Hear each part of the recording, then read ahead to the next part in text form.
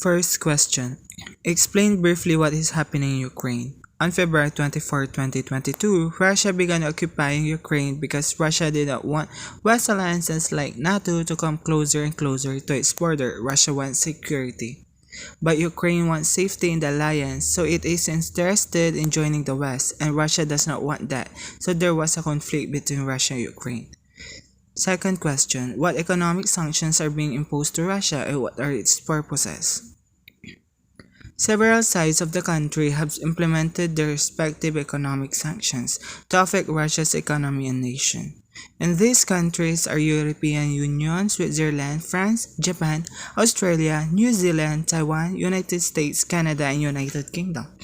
The economic sanctions imposed by these countries are that the bank's finances will be in the hands of its big bank, the transport sector, its export control with other banks, limiting access to sensitive technologies, even aircraft and military components, and equipment refinery in the country's oil.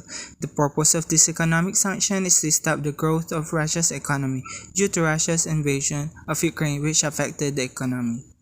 So the countries that have imposed economic sanctions also ensure that it has significant impact on their country. Third question. How are you, as a Filipino student, being affected by this event? The conflict between Russia and Ukraine made me panic. First, I've come to think of what if this war happened here in Philippines where war equipment are not enough, and the poor leadership of other politicians. Second, the war between Russia and Ukraine might affect fare as these countries are the ones who produce this oil. Fourth question, in your forecasting skills, what are the things, commodities that can be expected to change because of this event, and what can you do about it while it still hasn't come yet? I think the commodity that can be expected to change because of the war between Russia and Ukraine is the price of oil, because the large supply of oil comes from Russia.